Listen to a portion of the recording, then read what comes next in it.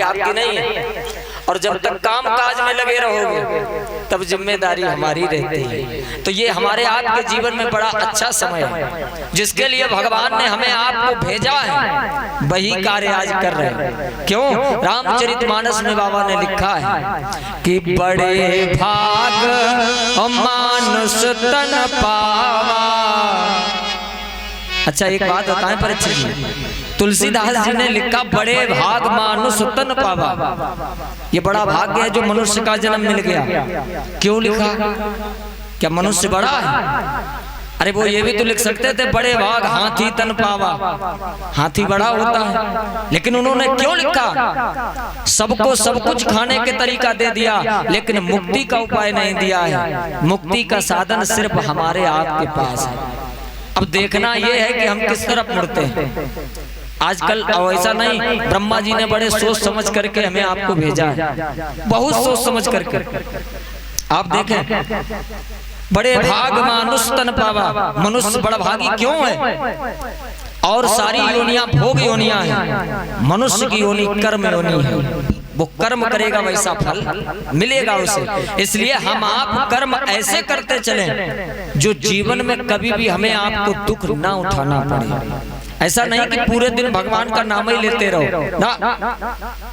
आप काम करिए, हम रोज एक ही बात बताएंगे, काम अपना करिए लेकिन वो राम काज से जोड़ करके करिए। उनमें भगवान को आगे रखिए, जिसको मानते हो, माता रानी को मानते हो, उनको आगे रखो, कभी बुरा नहीं होगा। और अपने आप को जब सर्वोपरि, अब लोग कहने लगते हैं परीक्षित जी, पंडित जी हम चेंज तो होना चाहते लेकिन मेरा मन ही नहीं मानता है, ऐसा बोलते हैं। तो आप एक बात बताएं, मन का कोई दोष नहीं। कैसे? आप देखो पहले रेडियो चलते थे, अब भी कहीं कहीं है, तो रेडियो में परीक्षित जी चैनल पकड़वाया जाता था। ये लखनऊ का चैनल पकड़वा लें कि इलाहाबाद का चैनल पहले पकड़वाया जाता था। तो ये मन भी रेडियो है। इसे चाहे सत्संग वाले चैनल पे लगा लो और चाहे कुसंग वाले चैनल पे लगाओ, डिपेंड तो हमारे आपके ऊपर है। बड़ा सोच समझ करके भेजा है। लेकिन हम आप देखो भक्त जो हुए बड़े सरल हुए, ऐसा नहीं बिना पढ़े लिखे। वृंदावन आप जाते होंगे, वृंदावन में एक महात्मा जी हुए थे, उनसे लोग जज साहब कहा करते थे। कथा सबने पढ़ी होगी।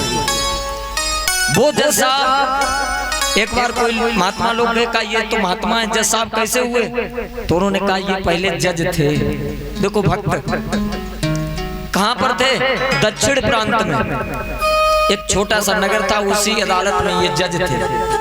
और परीक्षित जी उसी इलाके के गांव में एक बहुत गरीब केवट रहता था। केवट, और उसके देखो 2 बालक थे और एक बेटी थी। और बेटी इतनी गरीब, केवट इतना गरीब था कि बेटी जब शादी योग्य हुई तो उसके पास धन नहीं था। अब वो ये सोचे क्या करें, कौन सा उपाय करने लगे। तो बच्चों ने कहा कि अपने गांव के जो सेठ जी हैं उनसे कुछ पैसा उधार ले लो, जब बहन की शादी हो जाएगी हम नौकरी करेंगे वापस कर देंगे। तो केवट ने उन सेठ जी से 10,000 रुपए उधार ले लिए। शादी की, बेटे नौकरी पर चले गए, केवट ने घर छोड़ दिया, पहुंच गया भगवान के मंदिर में, वही रहता है, दुनियादारी की उसे जरूरत नहीं, उन्हीं की सेवा करता, उन्हीं के पास रहता। धीरे धीरे धीरे धीरे 1 वर्ष व्यतीत हुआ। बालक आए, पैसा दिया ब्याज सहित, कहा जाओ वापस कर दो। अब पहुंचे, पैसा वापस किया। सेठ जी ने कहा केवट जो पैसा तुम दे रहे हो देख तो लो, नाम कट गया कि नहीं कट गया। बड़ा सरल व्यक्ति था, उसने कहा हमें क्या देखना, ये सब रघुनाथ जी जाने, रघुनाथ जी जाने। सेठ के मन में माता पाप आ गया, उसने कहा भले ऐसे आए। तो उन्होंने काटा नहीं, रजिस्टर में से सही का निशान लगा दिया और छोटा सा कागज दे दिया ऐसे लिख कर। केवट बिना पढ़ा लिखा क्या जाने, वो ले आया, उसने ले आकर भगवान राम के चरणों में वो कागज रख दिया, पूजा करने लगा। धीरे धीरे परीक्षित जी 3 वर्ष व्यतीत हो गए। उन सेठ जी ने इन्हीं जज साहब की अदालत में मुकदमा दर्ज करा दिया कि केवट ने मेरे पैसे नहीं दिए, पैसे नहीं दिए। अब देखें आप, सम्मन जारी हो गया, केवट बुलाया गया, केवट पहुंचा। सेठ जी ने पूछा कि तुमने पैसे लिए थे? जज साहब ने कहा जी हुजूर लिए थे। वापस किए प्रमाण? वही कागज उठाया दे दिया। कागज जज साहब ने देखा का इससे तो प्रमाणित नहीं होता है कि तुमने पैसे दिए। केवट रोने लगा, कहने लगा हुजूर हमने जब पैसे दिए थे ब्याज सहित दिए थे, इन्होंने यही कागज दिया था, लेकिन जब विपत्ति आती है फिर कोई साथ नहीं देता है सिवाय भगवान के। रोने लगा, कोई यकीन ना करे। जज साहब का हृदय पिघल गया। जज साहब ने कहा कोई बात नहीं, अच्छा एक बात बताओ, जब तुमने पैसे दिए तुम्हारे और सेठ जी के अलावा कोई तीसरा व्यक्ति था? केवट इतना सरल, केवट ने कह दिया हमारे और सेठ जी के अलावा हमारे रघुनाथ जी और थे। रघुनाथ जी। जज साहब नहीं समझ पाए कि ये किस रघुनाथ की बात करते हैं। कोई बात नहीं, रघुनाथ जी के नाम सम्मन जारी हो गया। परीक्षित जी सम्मन लिख दिया गया कि इनको लाया जाए। तारीख निश्चित हो गई। जो उनके द्वारपाल थे वो लेकर गए उसी गांव में। पूरे गांव में रघुनाथ जी को ढूंढते हैं। परीक्षित जी भगवान की कृपा से उस गांव में कोई रघुनाथ नाम का व्यक्ति नहीं था। कोई ढूंढते रहे। अंत में एक बुजुर्ग व्यक्ति थे, उन्होंने कहा यहाँ कोई रघुनाथ जी तो नहीं रहते हैं, लेकिन रघुनाथ जी का मंदिर जरूर। उन्होंने नहीं विचार किया, पहुंच गए मंदिर पर, आवाज लगाई रघुनाथ जी। तो वो मंदिर के एक पुजारी निकल करके आए।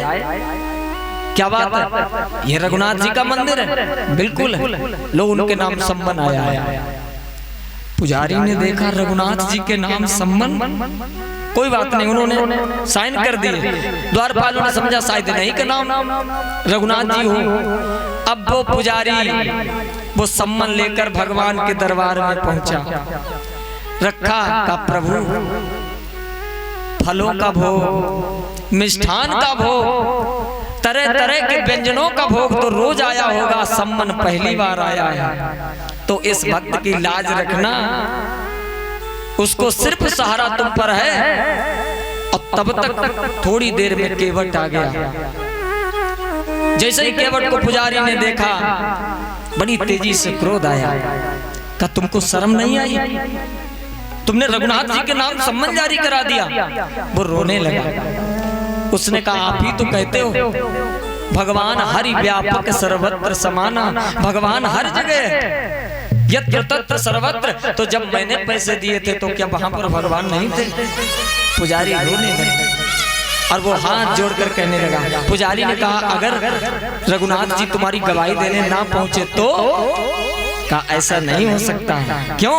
रोता हुआ वो कहता है कि सुनो कि यदि नाथ का नाम दयानिधि है, और यदि नाथ का नाम दयानिधि है तो दया तो करेंगे कभी न कभी।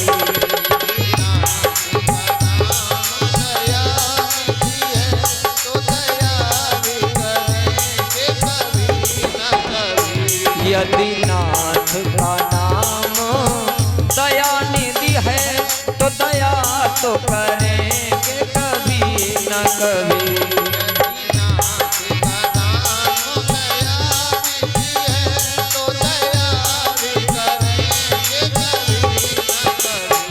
दुखहारी प्रभु दुखिया जन की, दुखहारी प्रभु दुखिया जन की, दुख क्लेश हरेंगे कभी न कभी।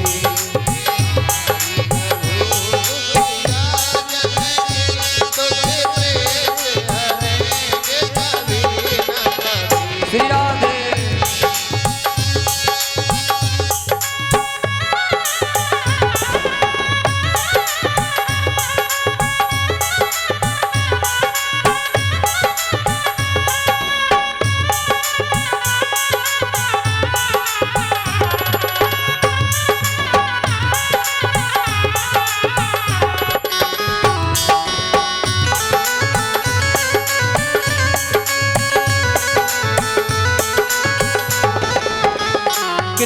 सुंदर बात कहते हैं, हम द्वार पे तेरे आके खड़े,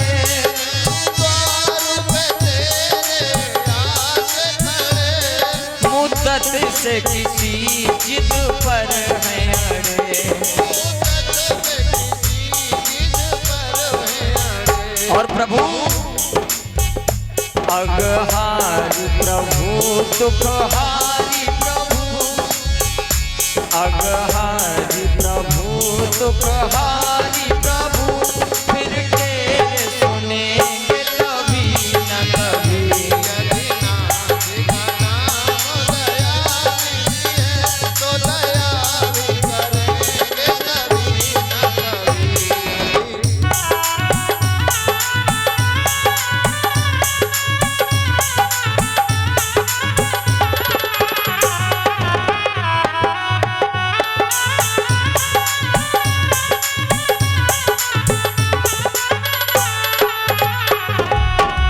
केवट रोते रोते भगवान से प्रार्थना करता है। पुजारी जी ने भी कहा तो फिर तुम जानो और रघुनाथ जी जाने। तारीख निश्चित थी परीक्षित जी। एक दिन पहले पुजारी ने केवट से कहा, देखो भक्तों की बड़ी विलक्षण स्थिति रही है, परीक्षा हमेशा ली गई। एक दिन पहले कहा कि तुम्हें पैदल जाना है तो तुम आज निकल जाओ तो कल समय से अदालत में पहुंच जाओ। आगे रघुनाथ जी जाने, उसने फूल लिया, भगवान के चरणों में रखा, कहा प्रभु अब मेरी लाज तुम्हारे हाथों है, अब आपकी मर्जी है, चाहे डुबो देना या हमको निकाल लेना। चला गया। इधर रात्रि को पुजारी जल्दी सो गए, सुबह ब्रह्म मुहूर्त वेला में 4 बजे उठ गए, स्नान किया, पकवान बनाए, भगवान को नहलाया, कपड़े पहनाए, भोग लगाया। कहा प्रभु आज आपको किसी की गवाही देने जाना है। पहना दिया, अब वहीं बैठकर रोते रोते प्रार्थना करने लगे। केवट पहुंच गया अदालत में। केवट अदालत में पहुंचा, जज साहब आए बैठे। जज साहब ने कहा केवट तुम्हारे रघुनाथ जी कहाँ हैं? तो उसने फिर कह दिया सरलता से कि वो तो हर जगह यहीं कहीं होंगे, यत्र तत्र होंगे, यहीं कहीं पर। द्वारपालों से कहा कि हाजिरी लगाई जाए, आवाज लगाओ। तो द्वारपालों ने आवाज लगाई, रघुनाथ हाजिर हो, रघुनाथ हाजिर हो। ऐसे जो 3 नारे लगाए हैं तो माथे पर चंदन, फटी सी धोती, हाथ में लपटी, आज अदालत में रघुनाथ जी आए। कमर झुकी हुई, इशारा किया, आ रहे। पहुंचे, जज साहब ने पूछा कि जब पैसे दिए गए थे तब तुम वहां पर थे? कब बिल्कुल थे। प्रमाण का सेठ जी को यही रखा जाए और द्वारपालों को भेजो, फलाने रजिस्टर में फलाने पेज पर देखो वही खाता कटा होगा। भगवान से क्या छिपा है। द्वारपाल गए, रजिस्टर लाए, देखा खाता वाकई में कटा है। सेठ जी को जेल हो गई। जज साहब अपनी केबिन में आ गए, लेकिन उनका दिमाग हिल गया। केवट को बुलाया,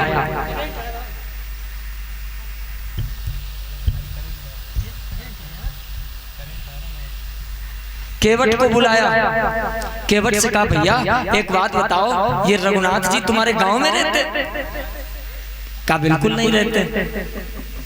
अच्छा रघुनाथ जी जहां पर तुम मंदिर में रहते हो वहां रहते? कहा नहीं। कहा फिर? केवट ने कहा प्रभु हम रघुनाथ जी के मंदिर में रहते हैं, जो सारी दुनिया को चलाता है वो मेरे रघुनाथ हैं। जज साहब का दिमाग खुल गया, कुर्सी से नीचे गिर गए, रोने लगे। केवट तो चला गया, भाग करके बाहर देखा शायद मिल जाए, नहीं दिखाई पड़े। अब रोने लगे। लोगों ने पूछा जज साहब से कि तुम रो क्यों रहे हो? तो रोते हुए उन्होंने एक ही बात कही। कौन सी? कि सुनो, कि शेष गणेश और महेश दिनेश हूँ के नहीं ध्यान में आते रहे। बड़े बड़े अमलात्मा, विमलात्मा, हंस, परमहंस जीवन भर तपस्या करते हैं, तब भी भगवान उनसे मिलने नहीं आते। तो रोते हुए कहने लगे, सुनो कि शेष गणेश और महेश दिनेश हूँ के नहीं ध्यान में आते रहे। अरे सोई आज विनीत अदालत में केवटा के गवाह बन आते रहे। आज एक छोटे से केवट की गवाही देने रघुनाथ जी आए तो लोगों ने कहा, ये तो बड़ी अच्छी बात है, भगवान आए, तुम्हें दर्शन हुए।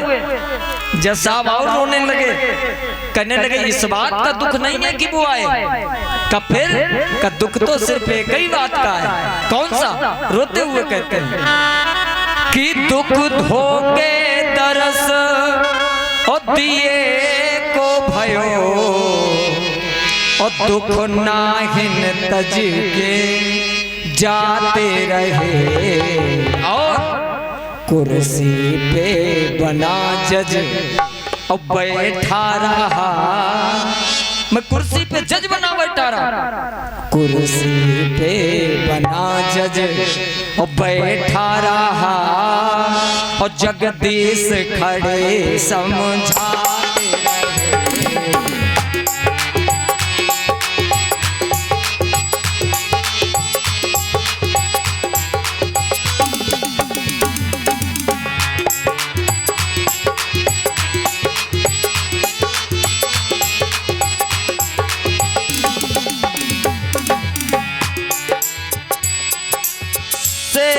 गणेश महेश दिनेश हूँ के नहीं ध्यान में आते रहे।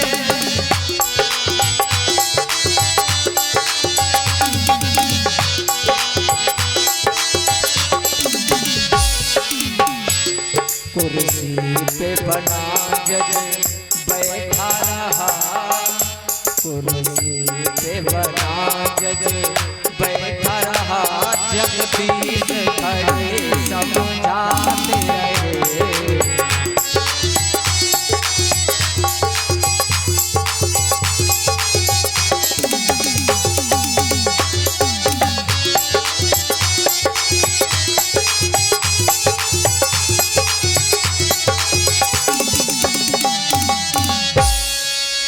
तो जज साहब ने अपना इस्तीफा उसी दिन दे दिया परीक्षित जी का, मेरे जीवन को धिक्कार है, स्वयं जगत को चलाने वाले हमें समझाते रहे और मैं कुर्सी पे बना उनकी बातें सुनता रहा, उनसे सवाल करता रहा। उन्होंने उसी दिन इस्तीफा दे दिया और वृंदावन में आकर संत बन गए थे। यह सत्य घटना है। केवट उसने क्या कोई पढ़ाई की?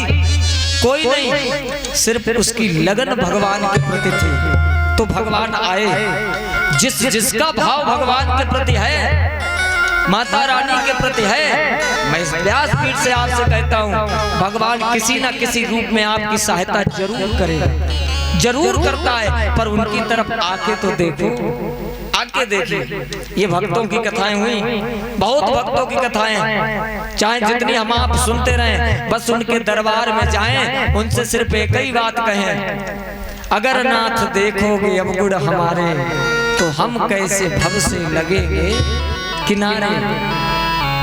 कलयुग में जन्म लिया, विकार खत्म होने वाले हैं, चाहे हम हो या आप। कर्म तो करोगे, अच्छे कर्म भी हो जाएंगे और कभी कभी खराब कर्म भी जाने अनजाने में होते हैं, लेकिन उन सबको भुलाकर मंदिर में जाइए और भगवान के प्रति आप श्रद्धा भाव से झुकिए, भगवान निश्चित कल्याण करेंगे। तो हमारे आपके जीवन में बड़ा अच्छा समय है। 2 शब्दों में बिहारी जी का नाम लो और उसके बाद पतित पावनी कथा की तरफ हम आप सभी लोग प्रेम से चलेंगे, सभी लोग प्रेम से गाएंगे। प्रभु कि जिधर तुम छिपे हो उधर देखना है, कि जिधर तुम छिपे उधर देखना है।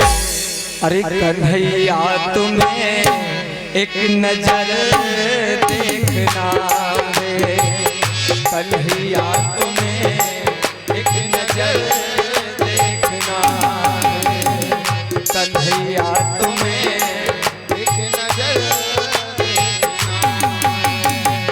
जिधर तुम छिपे हो उधर देखना है जिधर तुम छिपे हो उधर देखना है कन्हैया तुम्हें एक नजर देखना है कन्हैया तुम्हें एक नजर देखना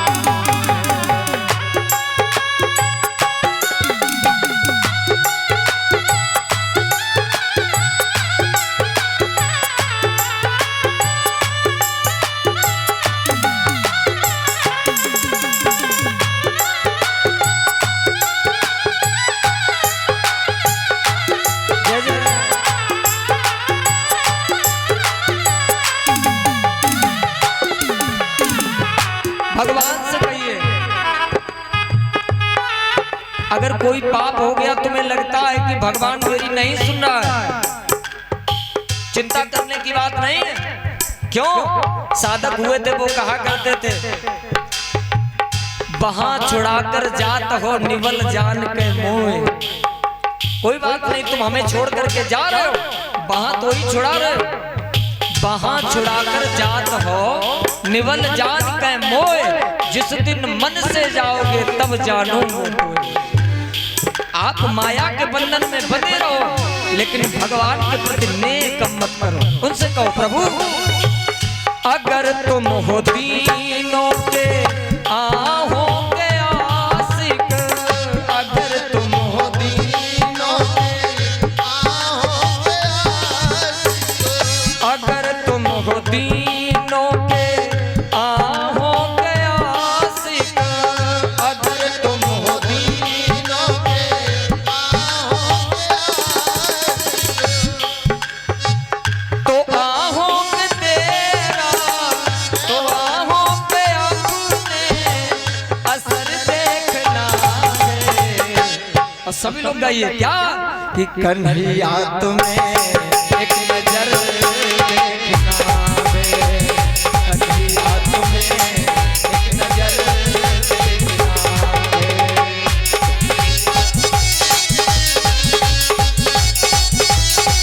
श्री राधे।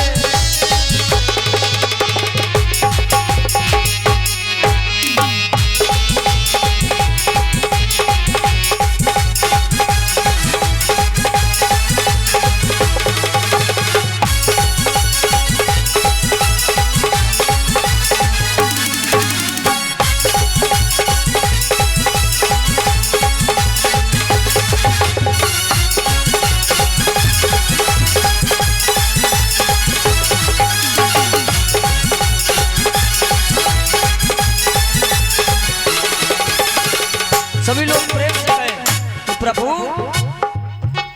नंदलाल जो तुमसे प्रीत लगी, नंदलाल जो तुमसे प्रीत लगी, नंदलाल जो तुमसे प्रीत लगी, अब प्रीत नहीं हम छोड़ने वाले।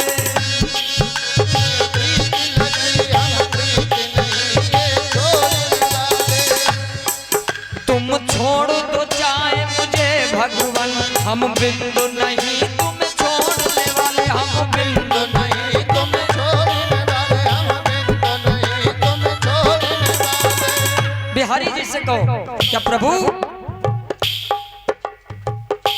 मेरे नंदलाल आ जाओ, मेरे नंदलाल आ जाओ, मेरे गोपाल आ जाओ, मेरे गोपाल आ जाओ, मेरे नंदलाल आ जाओ, मेरे गोपाल आ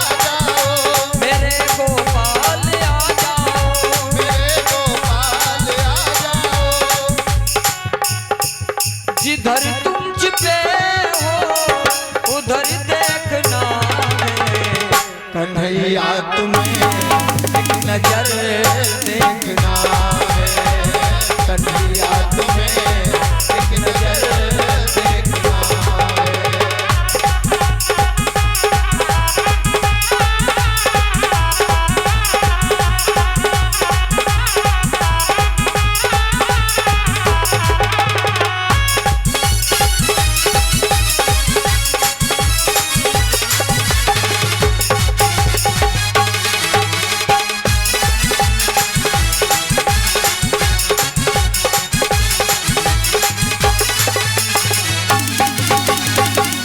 बोले गोविंद भगवान की जय हो।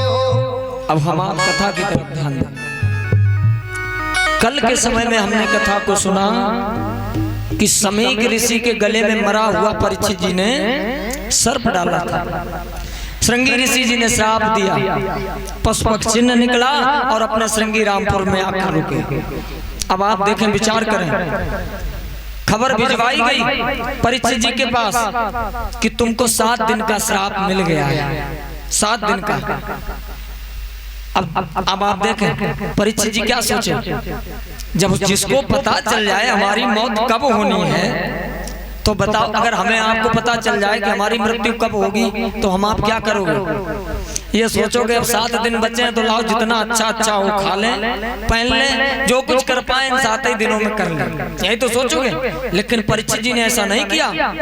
जैसे ही पता चला कि 7 दिन का श्राप लगा, बड़े प्रसन्न हुए और सब कुछ छोड़ दिया। राजपाट, पुत्र, अब जिनके पुत्र का नाम था जनमेजय, उसको राजपाट दे दिया और घर छोड़ के चल दिए।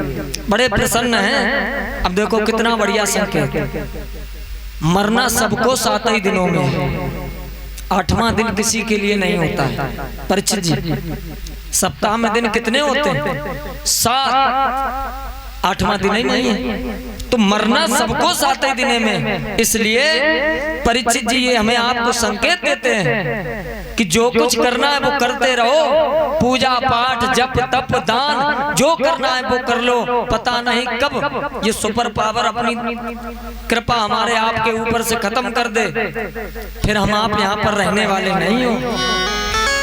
ये किराए का जो मकान है, आप एक बात बताएं, आप बड़े बूढ़े लोग थे, वो एक कहावत कहते थे परीक्षित जी, मरा हुआ जिंदा को मारे ये तो बहुत अचंभा है, ऐसा बोलते हैं। आपने विचार किया, मरा हुआ जिंदा को मारे, मरा हुआ व्यक्ति जिंदा व्यक्ति को कैसे मार रहा है, कौन? तो विचार करें, कभी मकान को किसी के लिए रोते देखा कि मकान किसी के लिए रो रहा है? कभी नहीं। मरा हुआ जिंदा को मारे, लेकिन व्यक्ति को मकान के लिए जरूर रोते हुए देखा होगा। वो कहेंगे भैया क्या करें, 2 ईंटें पक्की लगवा लेते तो आत्मा को शांति मिल जाती। ये कहते हैं। अरे भाई, जो भगवान ने ये मकान जो भेजा है साथ में, इसे पहले संभालो। अगर इसको संभाल लोगे तो अपने आप वो संभल जाएगा। अब इसको अगर जरा सा भी तुमने गड़बड़ की तो सबको उदाहरण पता है समाज में, देखिए आप, सब कुछ होते हुए भी दुखी हैं, सुख नहीं है, रो रहे। इसलिए इसी चीज में हम आप पीछे हैं। हम आप हर जगह जीत चाहते हैं कि हमारी विजय हो, जीत हो, लेकिन जब फूल वाले की दुकान पर भगवान के लिए माला लेने जाते तो उससे क्या कहते हैं? भैया एक हार दे दो। शब्दों पर ध्यान देना, हार दे दो। काहे? हमें पता है कि हम भगवान से नहीं जीत सकते। तो जब जीत नहीं सकते तो कम से कम उनकी मानो कल्याण 2 ही लोगों का है, या तो जानता हो और नहीं तो फिर मानता हो, तीसरे का कोई कल्याण नहीं। परीक्षित जी चले, छोड़ दिया सब कुछ। अब तो ये बहुत अच्छा समय है जो भगवान का भजन कर लेंगे। रास्ते में महात्मा लोग मिलते हैं, उनसे यही पूछते हैं कि मनुष्य को हमेशा क्या करना चाहिए, और जिसका समय नजदीक आ गया हो उसे क्या करना चाहिए। लोग बताते हैं, लेकिन उनके मन को शांति नहीं है, आगे बढ़ते जा रहे हैं। एक जगह देखा कि बहुत सारे महात्मा लोग बैठे हुए, उनके पास जाकर हाथ जोड़े और कहा, प्रभु मनुष्य को क्या करना चाहिए, और जिसका समय नजदीक आ गया हो उससे क्या करना चाहिए। लोगों ने कहा कि ये प्रश्न का उत्तर हम नहीं दे सकते। का फिर का अभी एक लोग आते होंगे, वो तुम्हारे इस प्रश्न का उत्तर देंगे। तब तक देखा युवा बालक नए बिल्कुल लंगोट पहने हुए, हाथ में माला लिए सुखदेव महाराज का आगमन हुआ। सभी लोगों ने फूल बरसाए, जयकारा लगाया, बोलो सुखदेव महाराज की जय हो। सुखदेव महाराज आसन पर बैठे, परीक्षित जी ने हाथ जोड़े, कहा प्रभु मेरी समस्या का समाधान पहले करिए। कौन सा? का प्रभु मनुष्य को हमेशा क्या करना चाहिए और जिसका समय नजदीक आ गया हो उसे क्या करना चाहिए। बस यहीं से कथा प्रारंभ हो गई।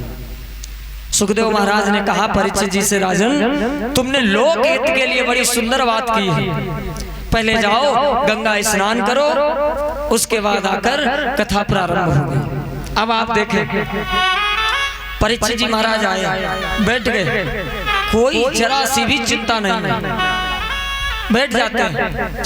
अब बरिया ने सते प्रश्न, अनेक प्रश्न किए तो महाराज इनको कथा प्रारंभ कर दी। पहले सृष्टि वर्णन की कथा सुनाई गई कि इस रसातल पर जब पृथ्वी जली जल था तब विष्णु जी के नाभि से कमल, कमल पर ब्रह्मा जी, चारों तरफ देखा तो चार मुख हो गए। सारी सृष्टि वर्णन सुनाया और अंत में कहा कि मनु और शत्रुपा से सृष्टि आरंभ हुई। मां पे हाथ से ध्यान दें। स्वयं भू मनु और शत्रुपा जिनसे भई नर सृष्टि अनूपा। अब महाराज श्री कहते हैं, परीक्षित जी महाराज कथा को सुन रहे, सुखदेव जी ने कहा कि सबसे पहले सृष्टि में क्या हुआ। मनु जी ने कि प्रियव्रत उत्तान पादौ नपस्तासुर चिस्तयो, इनके दो पुत्र हुए। कौन?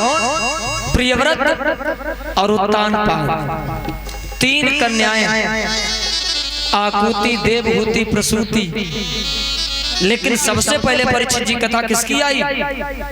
उत्तानपाद की। प्रियव्रत बड़े थे, उत्तानपाद की क्यों कथा पहले कही? जिसके घर में भगवान का भक्त आ जाता है वो फिर हर जगह पूजनीय हो जाता है, हर जगह वो घड़ी धन्य हो जाती है। आप अपने अपने घरों से प्रमाण कर लेना, किसी ने अगर कोई धार्मिक कार्य कर दिया है तो यदा कदा जब आप कहीं उस मार्ग से निकलोगे तो तुम्हें एक बार उनकी याद जरूर आएगी। आती कि नहीं आती कि ये उन्होंने मंदिर बनवाया था, ऐसे तो होता है।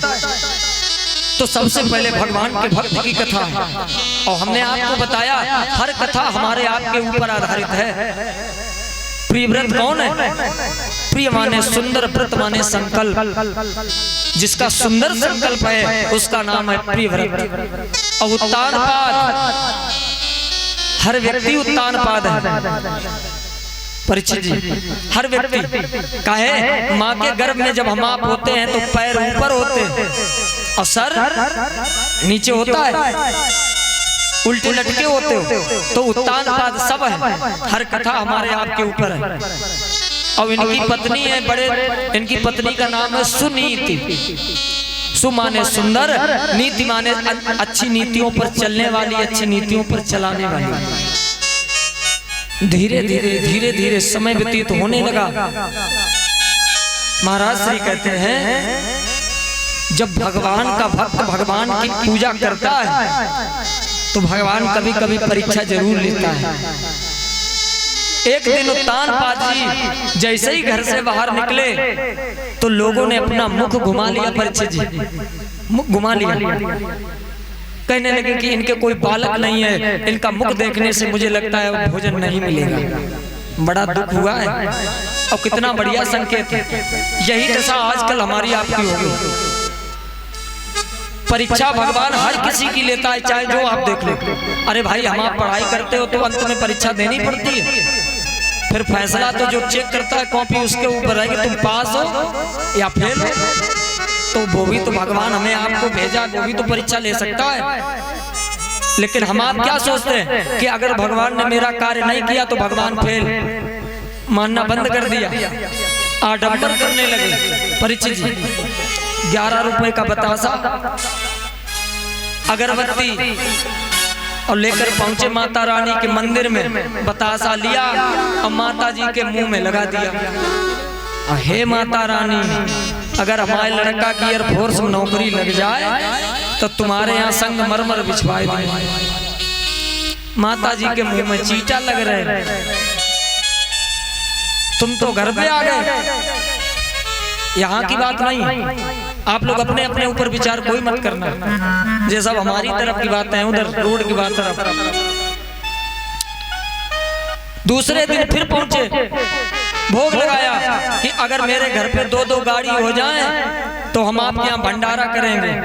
माता जी पीछे से पहुंच गई और जाके या बताओ तुम हमसे लेने आते हो या हमें देने आते हो? लेने आते हो या देने आते हो? बड़ी समस्याग्रस्त है।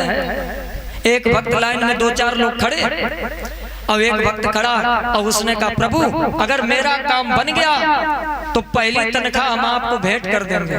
भगवान ने कहा बड़ी अच्छी बात है। भगवान ने उसका काम बना दिया। अब पहुंचे दोपहरी का समय, लाइन में लगे।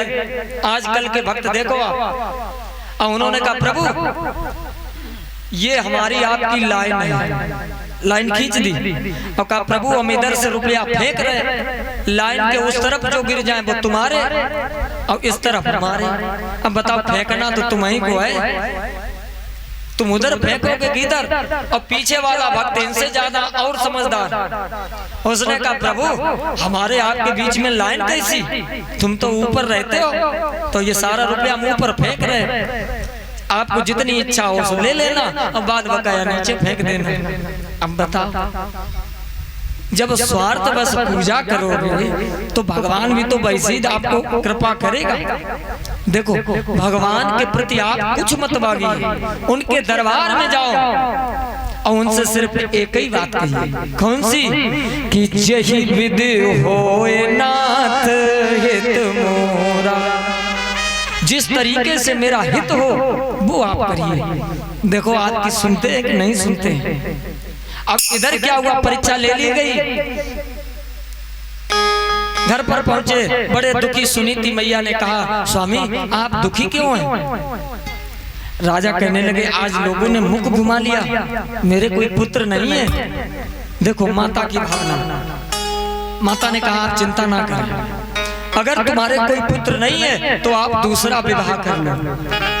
दूसरा विवाह कर लो, दूसरी बहन जो आएगी उससे बालक होगा, कम से कम समाज में तो तुम जा सकोगे। उत्तानपाद जी ने देखा, कहा रानी तुम क्या कह रही हो?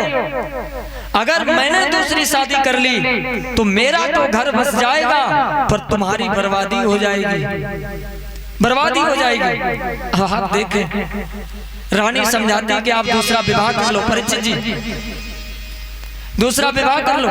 अब वो कहते हैं कि दूसरा विवाह नहीं करेंगे। अब आप देखें उत्तानपाद जी ने कहा कि अगर मैंने दूसरा विवाह कर लिया फिर नींद नहीं आएगी।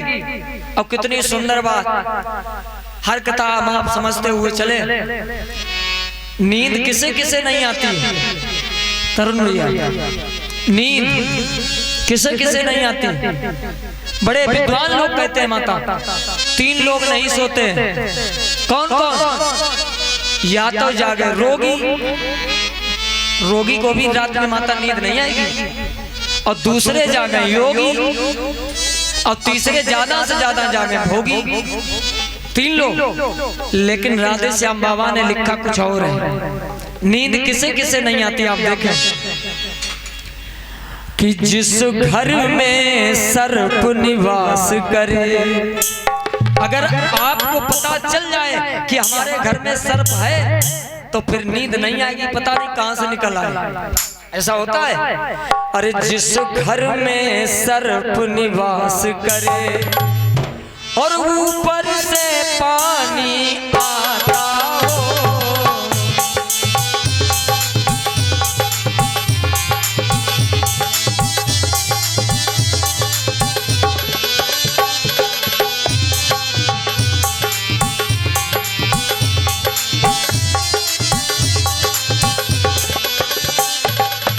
क्या कि जिस घर में सर्प निवास करे ऊपर से पानी आता हो, उस नर को नींद नहीं आती, उस नर को नींद नहीं आती, जिस पर कर्जे की बाधा हो।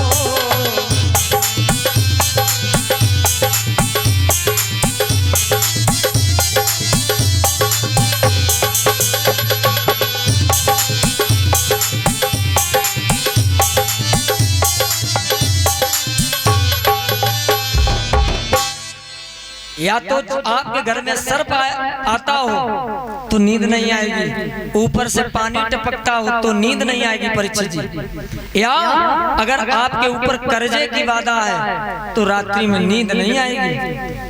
और किसे नींद नहीं आती है? उस नर को नींद नहीं आती जिसके घर कन्या कुंवारी हो। अगर एक पिता के सामने उसकी बेटी जवान है, उस पिता को रात्रि में नींद नहीं आएगी। उस नर को नींद नहीं आती जिसके घर कन्या कुंवारी हो, और उस नर को नींद नहीं आती जिसके घर दो नारी हो। अगर एक व्यक्ति के दो विवाह हो जाएं तो फिर उसे भी परीक्षित जी नींद नहीं आएगी। ये राधे श्याम बाबा कहते हैं। अब प्रमाणित हम आपको बताते चलें, उत्तानपाद जी कह रहे अगर दूसरा विवाह कर लिया तो फिर नींद नहीं आएगी, तुम्हारा जीवन कैसे कटेगा? और बिल्कुल सत्य बात है।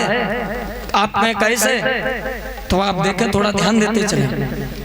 एक पंडित जी रहे परीक्षित जी, एक पंडित जी रहे,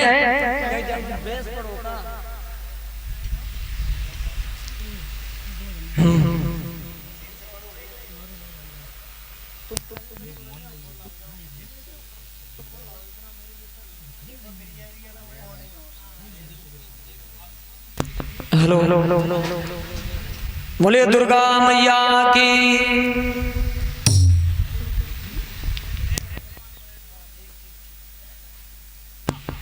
तो आप देखें परीक्षित जी, एक पंडित जी रहे और उनके महाराज दो विवाह भये, दो विवाह। अब घर में रोज झगड़ा हुआ, दिन भर झगड़ा हुआ।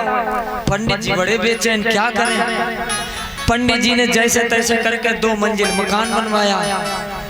पंडित जी ने कहा देखो तुम लोग झगड़ा मत करो, एक लोग रहो नीचे और एक लोग ऊपर, एक भागवत की कमाई तुम्हारे पास और एक भागवत की कमाई तुम्हारे पास। झगड़ा बंद हो गया। अब पंडित जी एक भागवत करके आए तो देवी जी नीचे रहे उनको दे दे, और दूसरी भागवत करके आए तो ऊपर देवी जी रहे उनको दे दे। समय परीक्षित जी थोड़े दिन तो कटा। अब आप एक दिन वो मानो यहीं चंद्रपुर से कथा कह के गए, यहीं से मानो तो धन मिलो ज्यादा, पैसा ज्यादा मिला। अब चले तो इनके पीछे परीक्षित जी 4 चोर और लग लिए, 4 चोर, लेकिन रास्ते में मामला नहीं बना, नहीं चोरी कर पाए। घर पर पहुंचे, नंबर था नीचे वाली देवी का, और पंडित जी भूल गए, जीना चढ़ने लगे, सीढ़ियां चढ़ने लगे। ऊपर वाली देवी जी ने देखा नंबर तो नीचे वाली देवी का था, और या तो फोकटे में पैसा आ रहा है। तो परीक्षित जी, देवी जी चट से सीढ़ी पर आ गए, और नीचे वाली देवी जी भागी, उन्होंने पंडित जी के पैर पकड़े। तुम कहाँ जा रहे हो? अरे भाई नंबर तो हमारा है, यहाँ। ऊपर वाली देवी जी ने कहा हमें लगता है ये फोकट में पैसा आ रहा था और देवी जी अपनी तरफ करे ले रहे। तो उन्होंने भी जल्दी जल्दी में हाथ चलाया, कुछ चीज पकड़ में नहीं आई। पंडित जी को अंटीना, चोटी पकड़ में आई। अब पैर पकड़े नीचे वाली देवी जी, अब ऊपर वाली देवी जी पकड़े चोटी।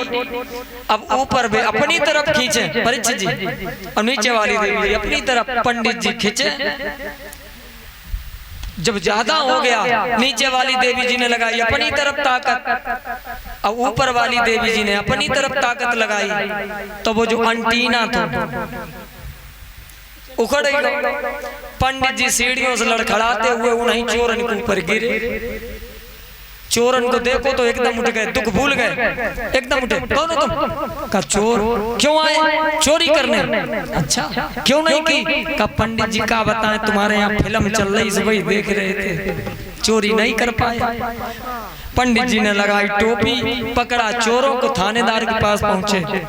थानेदार से कहा ये चोर हैं और इनको गिरफ्तार करें।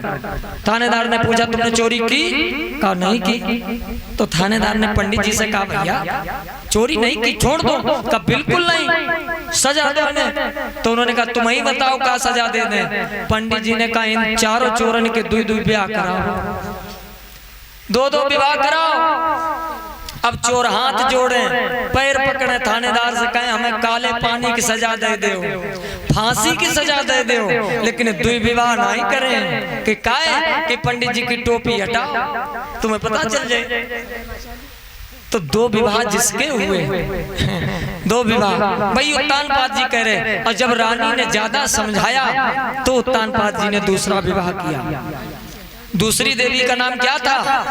सुरुचि। देखो कथा हमारे आपके ऊपर है। ये अभी थी सुनीति, सुंदर नीतियों पर चलने वाली, सुंदर नीतियों पर चलाने वाली। और ये है सुरुचि, जिनको हर एक चीज एक नंबर चाहिए। सुंदर रुचि, खाना अच्छा, पहनना अच्छा, रहना अच्छा, सब कुछ एक नंबर चाहिए। वो माता सुरुचि पालकी में बैठी गांव के किनारे पर आई। इधर सुनीति मैया ने थाल तैयार किया कि बहन आइए तो आरती करें। डोली रखी गई, तब तक एक गांव की कोई माता जी गई और उन्होंने सुरुचि मैया से कहा कि तुम्हें मालूम पहले ही से एक शादी हो चुकी है, तुम दूसरे नंबर के हो। इतनी बात जैसे ही सुनी क्रोध में आंखें लाल, पहुंचे पास में राजन का उतरो तो बड़ी तेजी से हाथ हिलाते हुए कहा ठहरो, जब तुम्हारे एक विवाह हो चुका था तो मुझे यहाँ किस लिए लाए हो? अब तुम सिर्फ एक इतना एहसान करो कि मेरी डोली को वापस भिजवा दो, हम नहीं चलेंगे। का फिर जब तक तुम्हारी एक रानी है तब तक हम तुम्हारे घर में प्रवेश नहीं करेंगे। तब तक सुनीति मैया आ गई। उसने कहा बहन नीचे उतरो। उन्होंने धक्का मार दिया। तेरे तो कोई पुत्र हुआ नहीं और तू क्या सोचती है कि मैं महलों में चलूं, मेरे पुत्र होगा वो उसको भी मार कर तू खा जाएगी। राजा कहने लगे बताओ, हमने तुमसे कहा था यही होगा। और कितना बढ़िया संकेत है। हर एक व्यक्ति के जीवन में एक समय ऐसा आता है, आप किसी के साथ चाहे जितना अच्छा करें, चाहे उसके बारे में जितना सुंदर सोचें, लेकिन अगर जो दुष्ट व्यक्ति है समय आने पर वो अपना प्रभाव जरूर दिखाता है। आप प्रमाण देखें, त्रेता युग में विभीषण लंका में रहते रहे, जीवन भर यही सोचते रहे मेरे भाई जैसा कोई भाई नहीं लोगों के लिए खराब होगा। लेकिन जब समय आया तो रावण ने विभीषण को लात मार दी। देवकी मैया सोचती रही कंस जैसा कोई भाई नहीं हो सकता, लेकिन जब समय आया उसने भी तलवार निकाल ली। तो ये संकेत है कि दुष्ट व्यक्ति कब अपना प्रभाव दिखा दे इसकी कोई गारंटी नहीं है। इसलिए आज उत्तानपाद जी कहने लगे रानी से कहो मैंने तुमसे कहा था तुम नहीं मानी। तो सुनीति मैया ने तब भी विनम्र होकर कहा कि बहन ऐसा कोई उपाय बताओ जिससे तुम महलों में चली जाओ। सुरुचि ने कहा कि अगर मुझे महलों में देखना चाहती हो तो तुम्हें घर से बाहर निकलना पड़ेगा, खेतों में जाकर रहना पड़ेगा। मंजूर? क्यों? हमारे पति देव को कोई कष्ट ना हो। धन्य है माँ। घर से बाहर निकाल दिया, जौ का आटा मिलता है उसी से पालन पोषण होगा। अरे अब इधर सुरुचि मैया ने नए नियम बना दिए। उत्तानपाद जी से कहा सूर्य उदय से लेकर अस्त तक तुम जहां रहना चाह रहे हो कोई दिक्कत नहीं, लेकिन सूर्य अस्त होने के बाद दरवाजे बंद हो जाएंगे, फिर तुम अंदर नहीं आ पाओगे।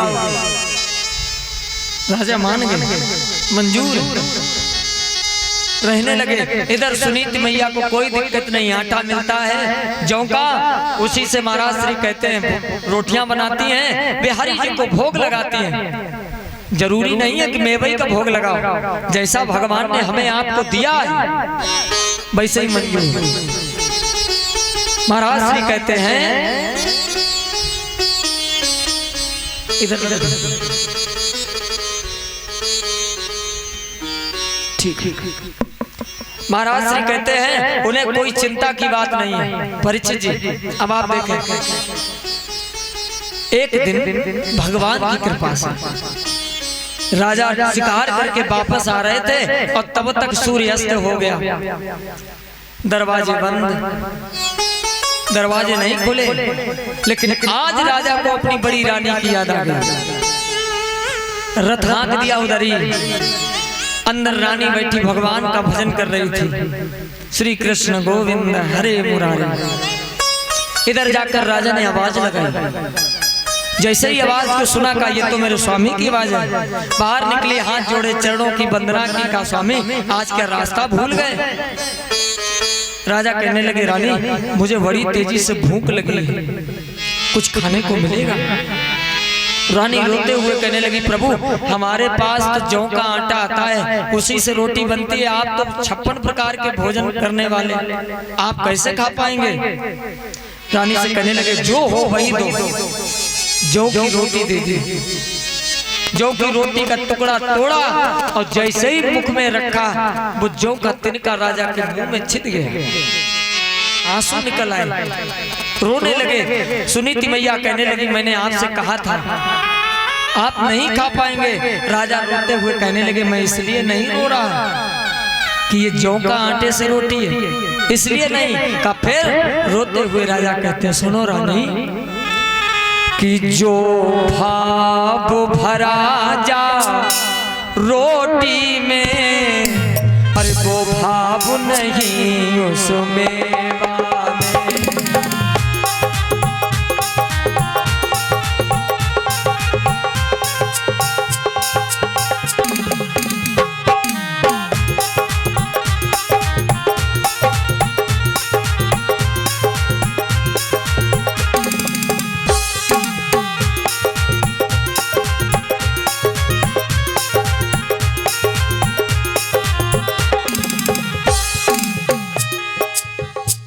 जो भाव भरा जा रोटी में, वो भाव नहीं उस मेवा में।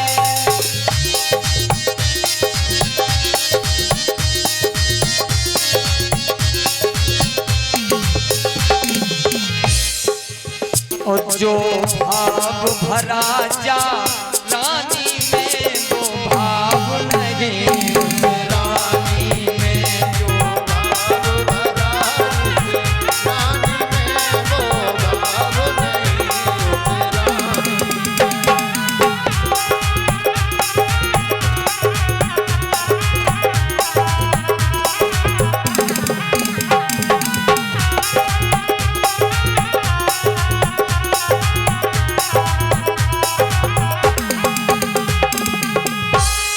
जैसे इतनी बात कही, महाराज श्री कहते रात्रि भर इसी बात पे वार्तालाप होती रही। सुबह हुई, राजा अपने घर को चले। भगवान की कृपा, घर पर पहुंचे। सूरज मैया ने कहा, रात्रि भर कहाँ रहे। झूठ बोल दिया, कहा हम तो दरवाजे ही पर बैठे रहे, लेकिन दरवाजे ही नहीं खुला। कोई बात नहीं, रहने लगे। अब धीरे धीरे भगवान की कृपा हुई, दोनों रानियां गर्भवती हो गई। जिसकी सुंदर रुचि हर जगह हो, उसके बालक कैसा होगा, उत्तम। उत्तम ही तो थे सूरज के। हर कथा हम आप ध्यान देते हुए चले, उत्तम। और जो मैया अपने कर्म पर विश्वास रखती हो, अटल रही हो, उसके यहाँ किसने जन्म लिया, ध्रुव। ध्रुव माने क्या होता है, अडिग, अविचल, जो अपने मार्ग पर डटा रहे, उसका नाम है ध्रुव। दोनों बालक धीरे धीरे बड़े होने लगे। एक दिन ध्रुव जी खेल रहे थे। बालकों ने कहा कि तुम्हें पता है तुम्हारे पिताजी कौन है। कौन है, इशारा किया कि वो महलों में रहते हैं। ध्रुव जी ने कहा, मेरे पिता महलों में रहते हैं और मेरी मैया यहाँ वनों में। घर पर गए, मैया से कहा, माँ ये बताओ मेरे पिताजी कौन है। कहा, तुम्हारे पिता महलों में रहते हैं। तो मैया आप यहाँ कहाँ पर क्यों रहती हो। कहा, तुम्हारी मौसी को पसंद नहीं है, इसलिए यहाँ पर रहते हैं। मैं जाऊंगा, मैं पिताजी से कहूंगा कि मेरी मैया ने ऐसा क्या तुम्हारा किया जो मां वन में रहती है। ध्रुव जी चल दिए। छोटे से बालक भगवान की कृपा पहुंचे। इधर उत्तानपाद जी सिंहासन पर बैठे उत्तम को खिला रहे थे। ध्रुव जी पहुंचे राजसभा में। उत्तानपाद जी ने दूर से देखा, पहचान गए, ये भी मेरा पुत्र है। ये भी मेरा पुत्र है। सोचा उत्तम को तो रोज ही खिलाते रहेंगे, आज लाओ ध्रुव को ही खिला ले। जैसे ही महाराज श्री कहते उत्तम को उतारा और ध्रुव को गोद में बिठाना चाहा, सूरज मैया आ गई, आकर के हाथ पकड़ा, खींच लिया तो एक तमाचा मार दिया और कहा अगर तुमको इनकी गोद पर बैठना है तो जाकर पहले भगवान का भजन करो, भगवान प्रसन्न हो तो उनसे कहना कि हमारी मृत्यु हो जाए और दूसरा जन्म मेरी कोख से हो, तब तुम इस गद्दी पर बैठ पाओगे। अनेक अनेक बातें की ध्रुव जी रोते रहे। कितना बढ़िया संकेत। ध्रुव जी छोटे से हैं, बालक हैं, लेकिन कह दिया तो रोते हुए चले।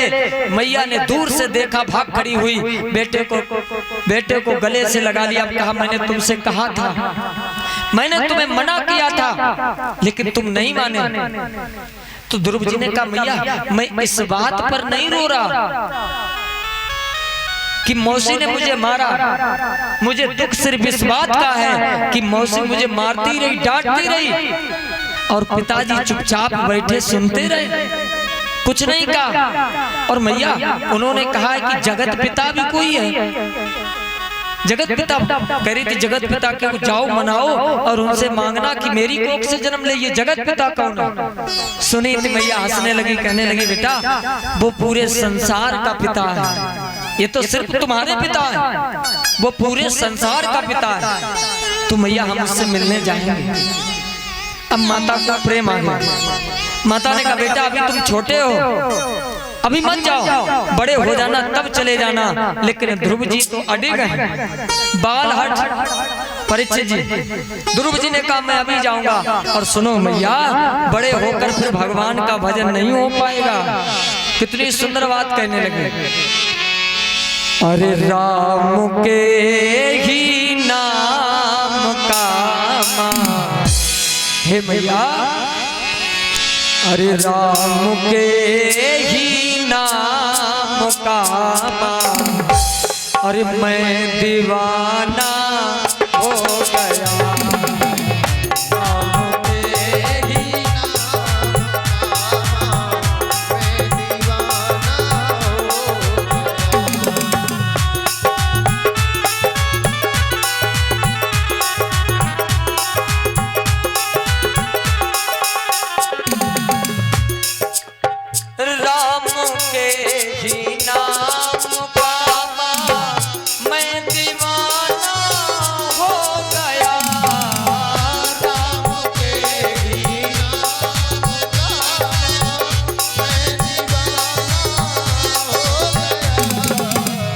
मैया मौसी ने है मारा, मैया मौसी ने है मारा, का बहाना हो गया। मैया मौसी ने मारा, का बहाना हो। श्री राधे।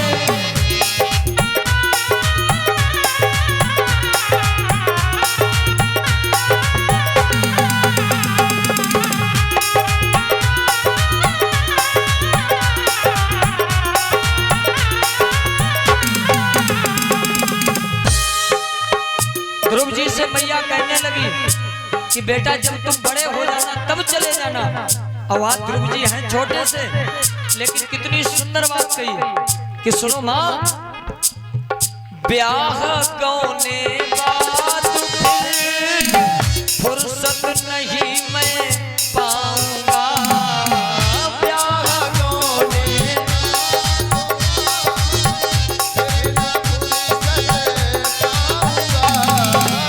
ब्याह कौने बात फिर फुर्सत नहीं मैं पाऊंगा।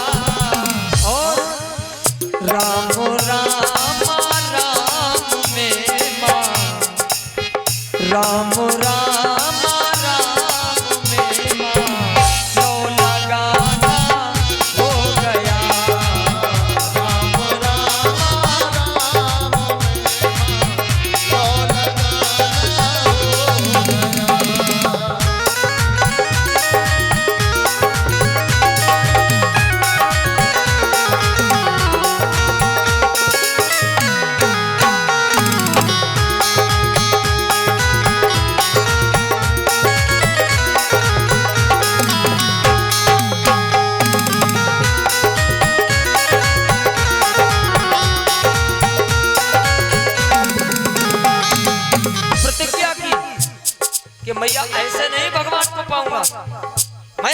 क्या करता हूं, क्या जब तक ना पाऊं राम को तब तक ना लूंगा अन्न जल।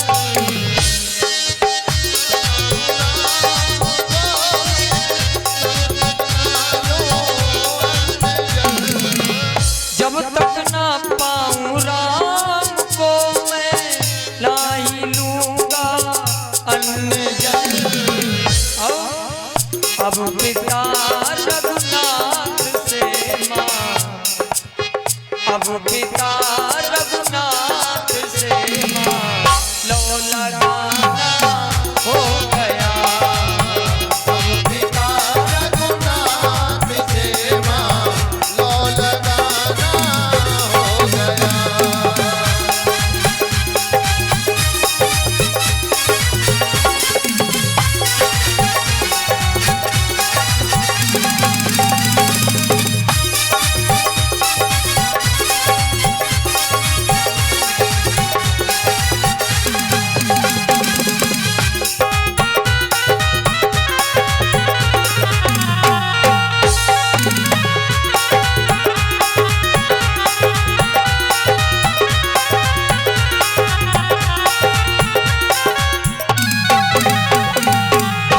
ध्रुव जी ने प्रतिज्ञा की कि मैं उस जगत पिता से जरूर मिलने जाऊंगा।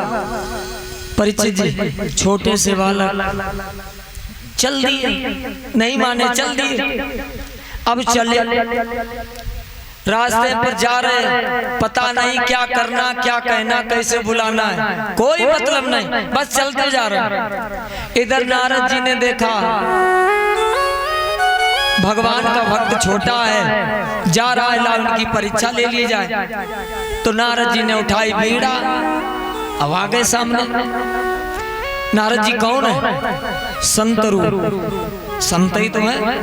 अब हमने आपको पहले दिन बताया था, भगवान की कथा में आगे बढ़ने के लिए दो ही लोगों का मेन रोल है, या तो संत अब या माताएं। आप कोई सी कथा देखना, जहां कथा रुकी या तो संत आगे आ गए या कोई माता आगे आ गई, कथा आगे बढ़ गई। तो संत आ गए। संतों का काम है भगवंत की गोद में डाल देना।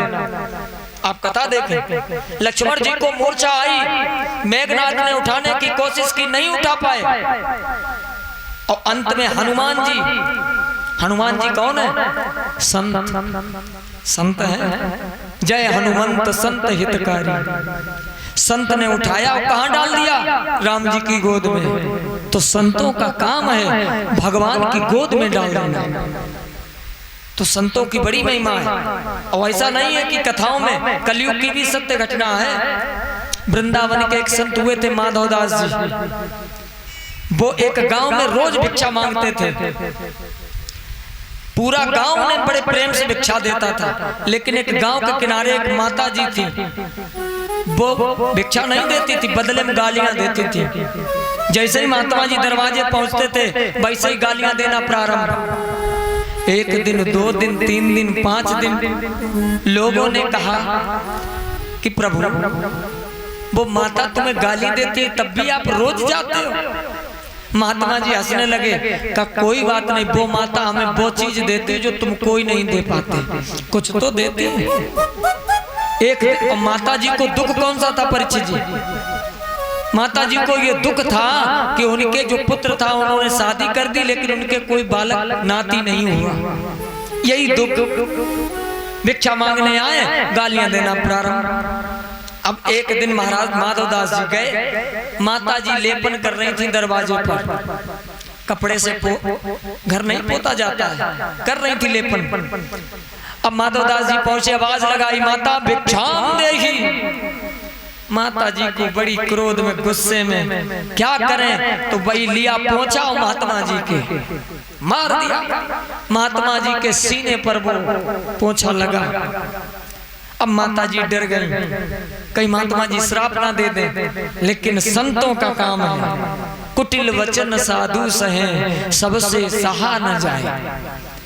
महात्मा जी ने वो पोंछा उठाया, और कहा माता कोई बात नहीं, आज तुमने कुछ तो दिया, पहुंचा ही दिया, कुछ तो दिया, तो संत माधव दास उत्तर तुम्हें ये देगा, पहुंचा दिया है प्रेम से तो नाती तुम्हें मिलेगा। आशीर्वाद दे दिया।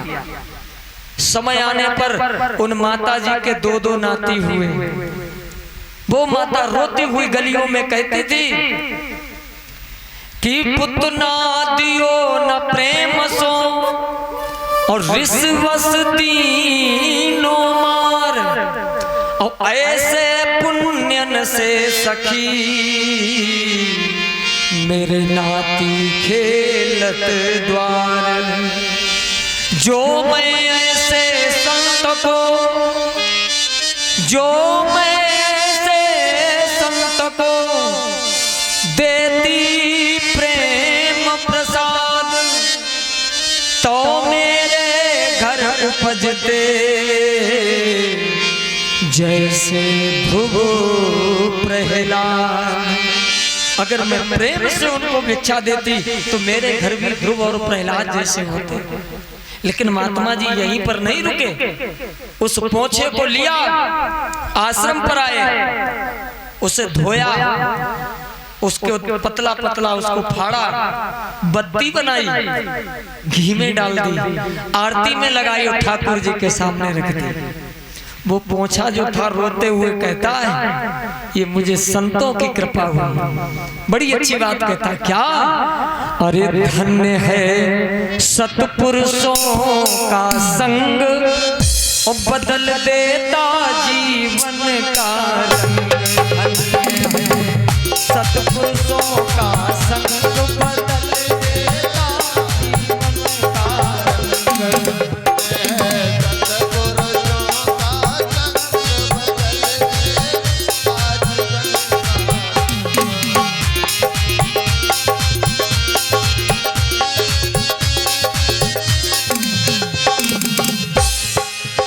कैसे बदलता है? पहली बात, पुतना वो जो पोछा था वो कह रहा है, चौके में रोता था पड़ा जहां रखते और पी। जो बर्तन है अभी तक मैं उसी में था जहां पर पता नहीं कितनी गंदगी थी। चौके में रोता था पड़ा जहां रखते और पीव, और चौके में फेरा जाता मरते थे लाखों जीव। आ गया था जीवन से तंग, धन्य है सतपुरुषों का संग, धन्य है।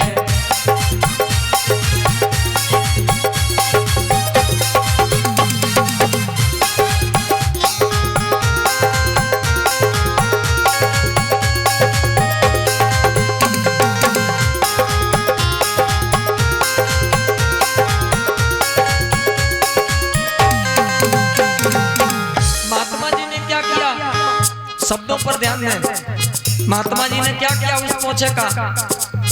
मिट्टी कंकड़ साफ किए, दीना घट में डाल। मिट्टी कंकड़ साफ किए, दीना घट में डाल। किसी तरह मंदिर में पहुंचा, देखा ठाकुर द्वार। किसी तरह मंदिर में पहुंचा, देखा ठाकुर द्वार। बन गया मैं पूजा का अंग, धन्य है सतपुरुषों का संग, धन्य है।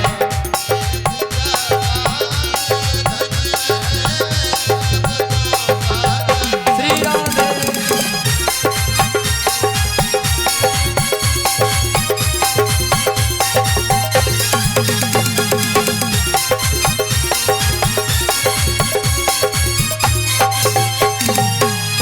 क्योंकि संतों के लिए लिखा है परीक्षित जी कि संत हृदय नवनीत समाना, संतों का हृदय ऐसा होता है, चाहे कुछ भी कहो वो तुमको बदले में आशीर्वाद ही देंगे।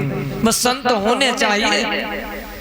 अब नारद जी पहुंचे। नारद जी ने कहा रुको, तुम्हारा नाम क्या है? कहा ध्रुव। कहाँ जा रहे हो? जगत पिता से मिलने। अरे अभी तुम छोटे हो, घर जाओ, बड़े हो जाना तब मिलना। ध्रुव जी बालक है। ध्रुव जी ने नारद जी से कहा ये बताओ तुम्हें बुलाया किसने था? बुलाया किसने था? हम अपनी मर्जी से जा रहे हैं, हमें जाने तो रोकिए मत। नारद जी जान गए कि हठी है, मानेगा नहीं। तो नारद जी ने कहा ध्रुव से, तुम जा तो रहे हो लेकिन तुमने गुरु किए, भगवान से मिलोगे कैसे? गुरु कोई किए? अब ध्रुव जी बोले ये गुरु क्या होता है? तो नारद जी ने कहा गुहु शब्द से अंधकार, गुहु शब्द से प्रकाश। गुरु कोई नाम नहीं है, गुरु एक डिग्री है जो अंधकार से प्रकाश की तरफ ले जाए। तो नारद जी ने जब कहा गुरु किए तो ध्रुव जी ने कहा कि नहीं किए। अब देखो बक्का भगवान नहीं मिल पाएंगे जब तक गुरु नहीं करोगे। अब कितना बढ़िया संकेत। पहले की बात अलग थी, आजकल की नहीं।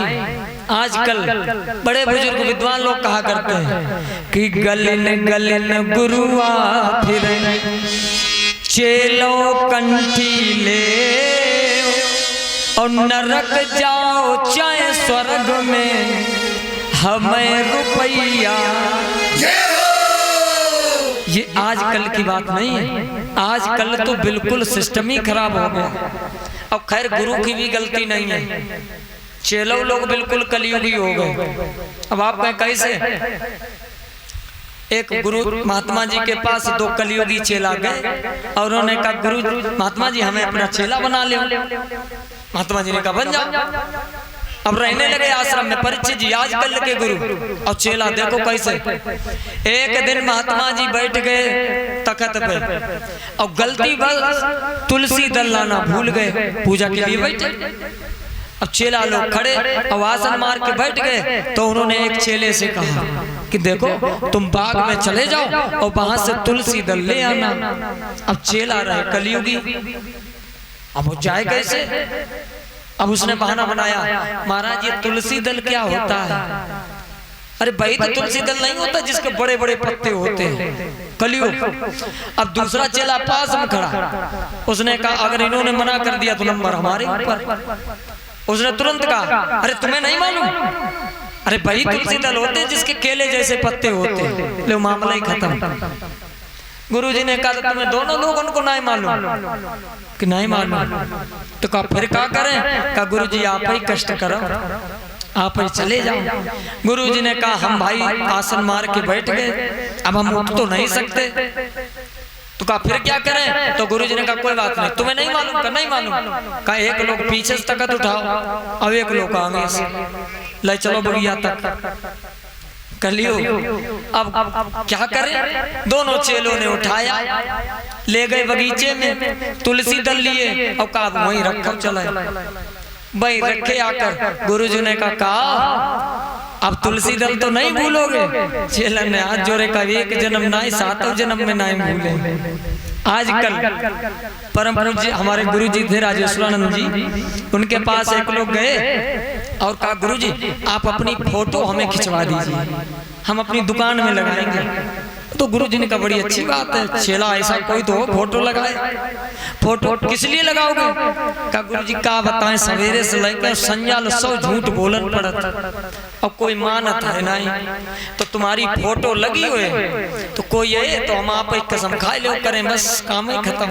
तो आजकल की बात, लेकिन लिखा है क्या कि गुरु बिनु भवनिद तरय न कोई और चाहे बिरंच शंकर सम होई। गुरु करना परम आवश्यक है, लेकिन गुरु कब करें? जब तक घर में माता पिता है तब तक गुरु करने की आवश्यकता नहीं है। सच्चे गुरु तो वही हैं। अब नहीं तो अगर ज्यादा से ज्यादा आजकल गुरु बनाओ तो भाई अपने अपने इष्ट देवतने को बना लो गुरु, उसी में फायदा है। जिसे जो मानते हो। क्यों? बड़े बुजुर्ग कहावत कहते हैं कि पानी पियो छान के और गुरु करो जान के, यही तो कहते हैं। अच्छा एक बात बताओ, ये आप लोग कहते हैं ठीक बात है, पानी पियो छान के, पानी रखा हो और उसमें कोई कुत्ता मुंह मार जाए, खूब छानो, क्या रेबीज निकल जाएंगे? परीक्षित जी बात सोचने वाली है। खूब छानो, रेबीज तो उसी में रहेंगे। अब गुरु करो जान के। अब अहियन तो खूब देख लो पंडित जी, ठीक है, बहुत बढ़िया है। घरों भीतर देख लो कुमाई सो नहीं संज्ञा को ठेका भी जाता जाओ देख लो, कहावत उल्टी करिए, गुरु करो छान के और पानी पियो जान के। इसलिए गुरु, लेकिन गुरु करना आवश्यक है। ये भागवत कथा कहते हैं। क्यों?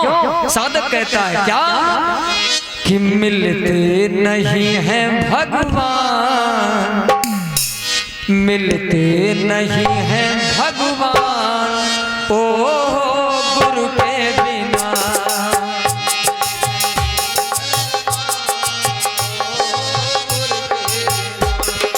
मिलते नहीं है भगवान, ओ गुरु के बिना।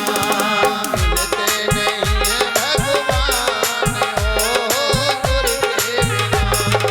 ओ गुरु के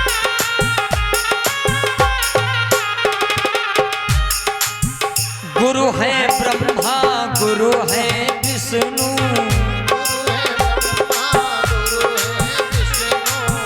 गुरु है ब्रह्मा, गुरु है विष्णु,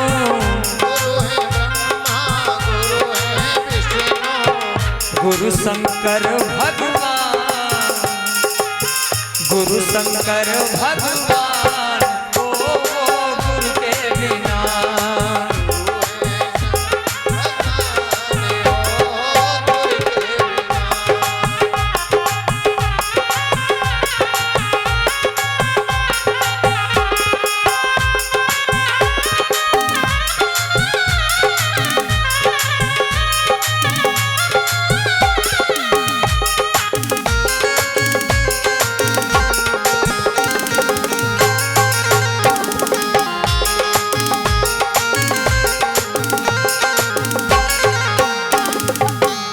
तो कल्याण बिना गुरु के होने वाला नहीं है। ध्रुव जी ने कहा नारद जी से कि प्रभु या बताओ गुरु बनने के लिए क्या लगता है, गुरु बनाने में? कहा बहुत कुछ लगता है। ध्रुव जी ने हाथ जोड़े, कहा तो लगता हम गुरु नहीं बना पाएंगे। तो नारद जी ने कहा कोई चिंता की बात कुछ ना हो तो पत्रम पुष्पम फलम तोयम, जो भी हो देकर गुरु मंत्र ले लो। वो पुष्प लिए नारद जी को दिए, बड़ा अच्छा मंत्र दे दिया। 12 अक्षर मंत्र पुनि जपहि सहित अनुराग। कौन सा? ओम नमो भगवते वासुदेवाय, ओम नमो भगवते। एक बार तो बोली लो सब लोग, ओम नमो भगवते। क्या हुआ? मंत्र दे दिया। नारद जी चले गए अपने धाम। ध्रुव जी पहुंच गए बद्री वन में, बैठ गए। चिंता फिकर कुछ भी नहीं, भगवान पर भरोसा। एक बात बताएं, जिसको भगवान पर विश्वास होता है उसका कभी बाल बांका होने वाला नहीं है। बैठ गए और पूजा कैसे की? तिरात्रांते तिरात्रांते कपित्थो वदरासनः। 3 दिन का अंतर किया। 3 दिन भूखे रहते हैं और 3 दिन के बाद कैथे के फल खाते हैं। कैथा बोलते जिसे, खा करके भगवान का भजन करते हैं। भगवान नहीं आए, कोई बात नहीं। अब 3 दिन के बजाय 6 दिन का अंतर कर दिया। 6 दिन भूखे रहते, 6 दिन बाद एक बार भोजन करते हैं और उसके बाद फिर भजन करना चालू कर दिया। भगवान नहीं आए। अब क्या छोड़ दिया? सूखे पत्ते खाने लगे। बेल के जो पत्ते होते हैं, बिल्व पत्ते, सूखे पत्ते उठाकर खाते हैं, जल पीते हैं, भगवान का भजन करते हैं। भगवान तब भी नहीं आए। ऐसा नहीं ध्रुव जी ने सोचा हम तो सब कुछ कर रहे, भगवान नहीं आ रहे तो हम घर चले जाएं। ऐसा नहीं किया, छोड़ा नहीं, देखे कब तक नहीं आओगे, पूजा करते रहे अनुराग के साथ।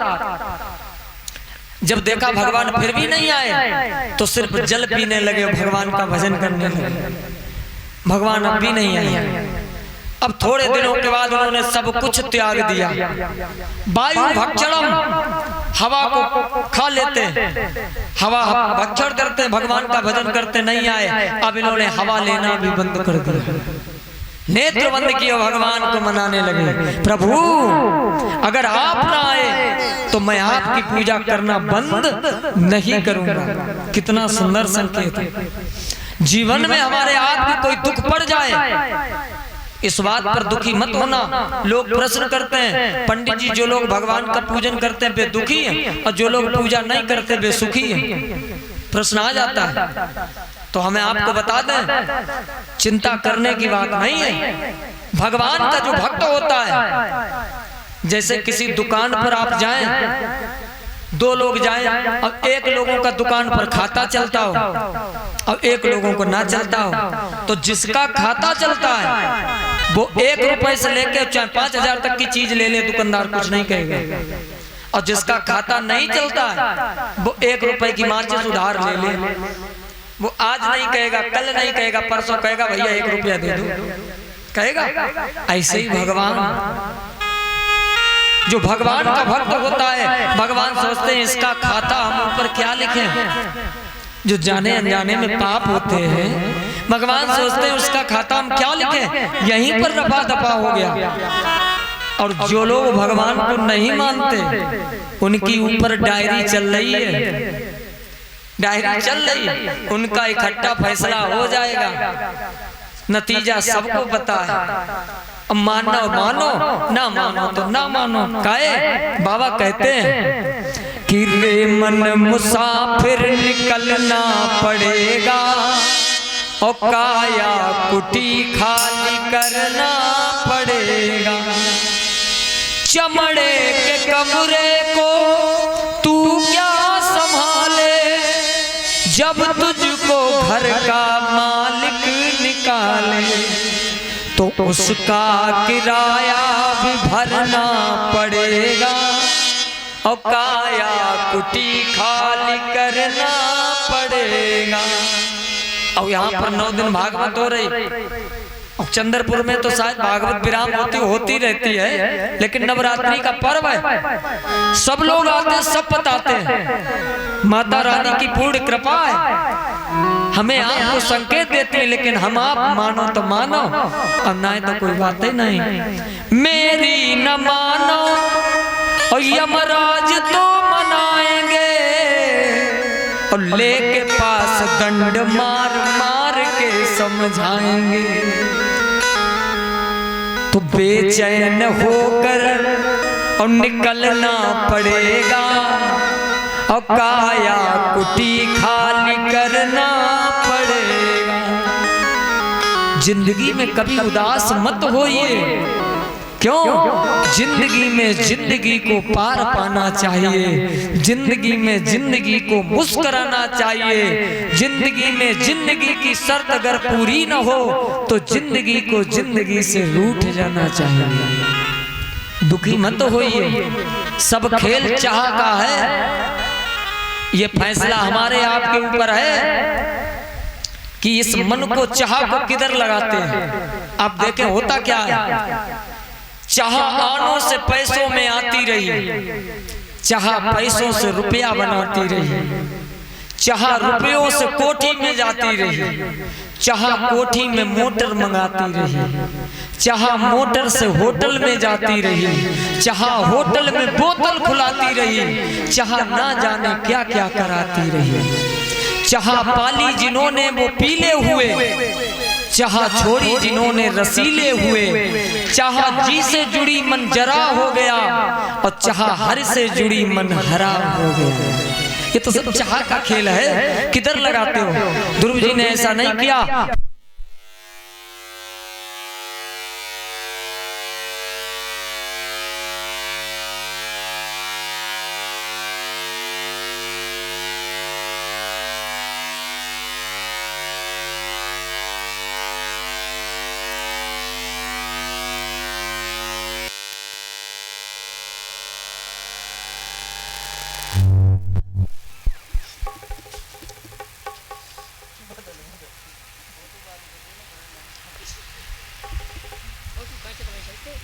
हेलो बोले बांके वे हरिलाल की जय हो। ध्रुव जी को कोई चिंता नहीं, उनकी डोर सिर्फ भगवान की तरफ जुड़ी है और वो भगवान से प्रार्थना कर रहे प्रभु कि हे माधवा हे राघवा मुरलीधरा मनमोहना हे राघवा हे माधवा मुरलीधरा मनमोहना।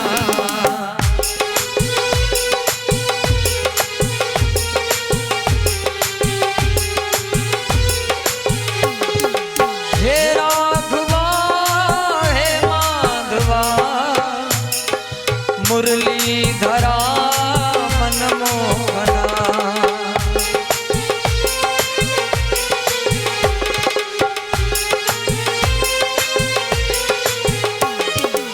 हे माधवा हे राघवा हे माधवा हे राघवा मुरलीधरा मनमोहना।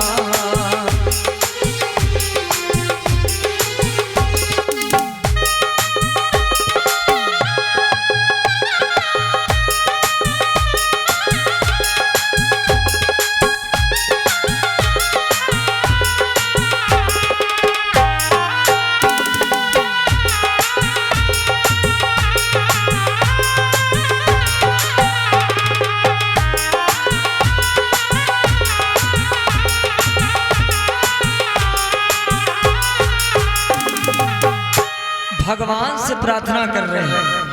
इधर इंद्र का सिंहासन हिलने लगा। अपनी सांस को जब ध्रुव जी ने रोक लिया, छोटा सा बालक हट उसने की कौन सी भगवान की तरफ जाने की। अब हम आप देखें रामचरितमानस में लिखा है, हम आप कौन सा पाठ पढ़ाते हैं। देखो संस्कार अच्छे हमेशा दो। सुनीति मैया ने अपने बालक को अच्छे संस्कार दिए। आज उसने छोटी सी उम्र में भगवान को पाया।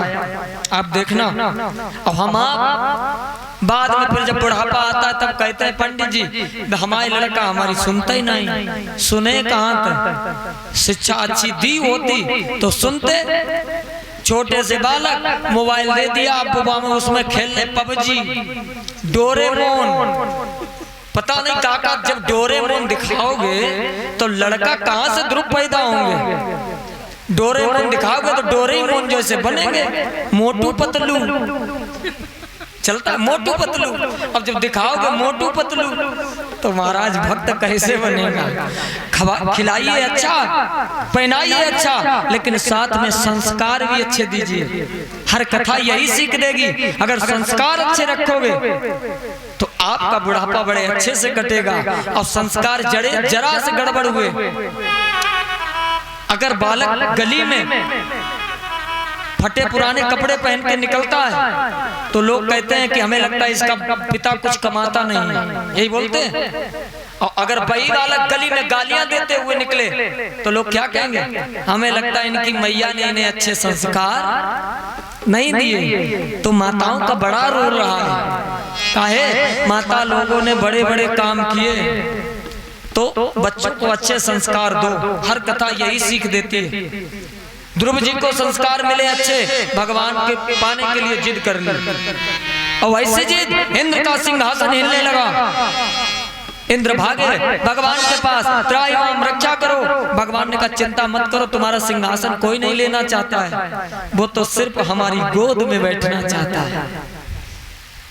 लक्ष्मी मैया ने कहा प्रभु तो दर्शन दो। अब गए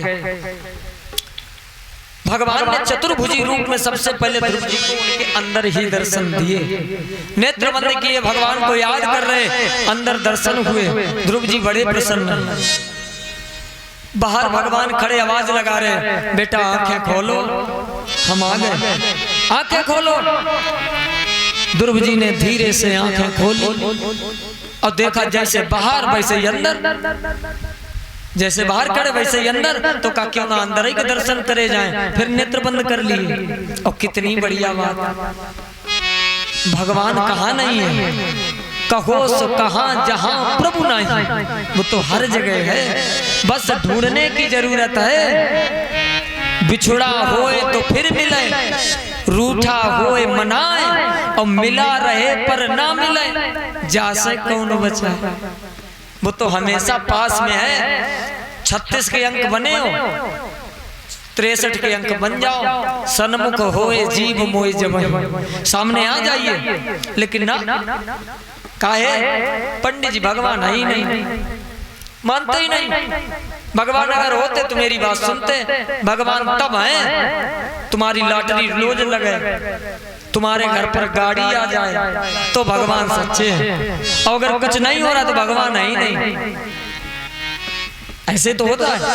संसार हमें आपको अच्छा लग रहा है, भगवान में दिमाग लगा रहे हो, कल्याण कभी नहीं होगा। भगवान को दिल में लाइए, भगवान हमेशा हमारे आपके पास है। नहीं तो आप एक बात बताएं, सीधा सरल पद्धति में बताते हैं। इंसान जब मरता है, जब हमारे प्राण जाते हैं, लोग क्यों रोते हैं? किसके लिए रोते हैं? जो बोलने वाला है वो अभी दिखाई पड़ता है। जो हम आप बोलते हैं, शब्दों को समझें, जो हम आप बोलते हैं वो क्या अभी दिखता है? और मरने के बाद भी नहीं दिखता। रोना काहे का? शरीर अब भी है, शरीर मरने के बाद भी रहता है। रोना किस लिए? इसलिए जो ये बोलने वाली सुपर पावर है वो अपने चले जाती है सुपर पावर के पास, फिर उसके बिना हम आप कुछ नहीं है। आत्मा में ही परमात्मा का वास है, आत्मा को कोई मार नहीं सकता है। गीता में लिखा है, नैनम छिन्दन्ति शस्त्राणि नैनम दहति पावका। आत्मा को ना कोई जला सकता है न मार सकता है। आत्मा अजर है, अमर है। होता क्या है, जाते नहीं है कोई दुनिया से दूर चल के, मिलते हैं सब यहीं पर कपड़े बदल बदल के। यहीं पर हम आत्मा यहाँ से निकली कहीं दूसरी जगह। तो इस सुपर पावर से डरते रहो और उनके प्रति विश्वास रखो। कोई कहता है वृंदावन पूरब में है, कोई कहता पश्चिम में। हमारे परीक्षित जी पूना रहते तो इन्हें कहीं पूरब या उत्तर में लगता होगा वृंदावन, और जो दक्षिण में रहता है उसे इधर लगता है। जो जैसे रह रहा है उसे वही लग रहा है, लेकिन वृंदावन तो वृंदावन है, मंदिर अपनी जगह पे। हमारी आपकी भावनाएं चेंज हैं। ज्ञान तो होता है, लेकिन कब होता है? हर कथा हम आप समझते हुए चले। एक गांव में लोग रहते थे, ऐसे लोग रहते थे परीक्षित जी जिन्होंने कभी शीशा ही नहीं देखा, दर्पण कभी नहीं देखा। तो एक भाई साहब थे, वो गए मेला। देखो भगवान, वो गए मेला। अब पूरे मेले में घूमते रहे और अंत में एक शीशे वाली दुकान पर पहुंचे। कथा पर ध्यान देना। दर्पण के पास पहुंचे, बड़ा सा शीशा लगा, और जब शीशे के सामने पहुंचे, भाई साहब ने कभी शीशा देखा नहीं, उसमें अपनी फोटो दिखाई पड़ी। जैसे ही देखा तो हाथ जोड़े, कहा भैया राम राम राम राम। अब वो शीशे की तरफ से भी डायरेक्शन हुआ राम राम। भाई शीशे में जैसा करोगे वैसे दिखेगा, राम राम। का बहुत अच्छे बातचीत किया, और ठीक हो, जैसे सर अपना हिलाए वैसे शीशे में हिले। दुकानदार के पास पहुंचे, दुकानदार से कहा भैया ये भाई साहब कितने में दिए? ये भाई साहब कितने में दिए? वो दुकानदार वो सोचने लगा, हमें लगता है ये मूर्ख है, लेकिन कोई बात नहीं, 20 रुपए में दिए। कहा इतने सस्ते? कोई बात नहीं, 20 रुपए दिए, शीशा ले लिया। अब घर चले, रास्ते में ऐसे शीशे की तरफ देखें और मुस्कुराएं और कहें का हाल, तो उस डायरेक्शन मुस्कुराने का हो, जैसा वो करें वैसे वे करें। आए घर पर, गैलरी में शीशे को लगा दिया। नहीं शादी वही रहा है। देवी जी के पास आधा घंटा बैठे, अब आधे घंटे बैठने के बाद अब फिर गैलरी में शीशे के पास जाएं। अब कहें भैया ठीक हो, तो उधर से भी सर हिल जाए, ठीक है। देखो भगवान को मानना, जानना, देखना। देवी जी ने विचार किया, जे जब से मेला से आए तब से बार बार गैलरी में क्या करने जाते हैं, गैलरी में क्या रखा है? कोई बात नहीं, भाई साहब चले गए किसी काम से। देवी जी गई गैलरी में, इधर उधर देखा, कुछ नहीं दिखाई पड़ा, तो शीशा दिखाई पड़ा। अब जब भाई साहब ने शीशा नहीं देखा तो देवी जी ने कहां से देखा होगा? देवी जी सामने पहुंची और जो देखा कहे हाय बस ऐसा ही ले बेर बेरात, ये तो मेला गए और मेला से हमारी सौत ले आए,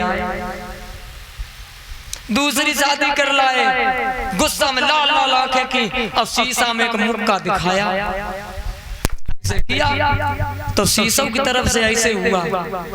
अब काब जीने से कोई फायदा नहीं, आंगन में गई, चूड़ी तोड़ने लगी। काब तो फांसी लगाएंगी। उन बहू रानी की जो सास थी, लड़के की माता जी, वो जल्दी से उतर के आई। का क्या हो गया बहू? का हो क्या गया? तुम्हारो लड़का दूसरी शादी कर लाओ। बात दोनों लोगों की सही, जो शीशा में जो देखेगा वही तो जानेगा। अब माता जी ने कहा ठहरो हम देखते हैं। अब माता जी गई गैलरी में, उन्होंने ऐसे शीशा देखा तो देखा बूढ़ी माता। उन्होंने हाथ जोड़ा, राम राम, तो उधर से भी राम राम का। देखो बहू की बात का बुरा मत मानना, उसे बहू और माता में फर्क ही नहीं मालूम। अरे मेरा बेटा कितना समझदार है, वो तो किसी बूढ़ी माता को लाया। अब आंगन में पहुंची, बहू रानी से कही तुम्हारा दिमाग खराब है, लड़का तो बूढ़ी माता जी लेके आए, सेवा पानी करें। अब बहू का ना है, तो बहू लेके आए दोनों।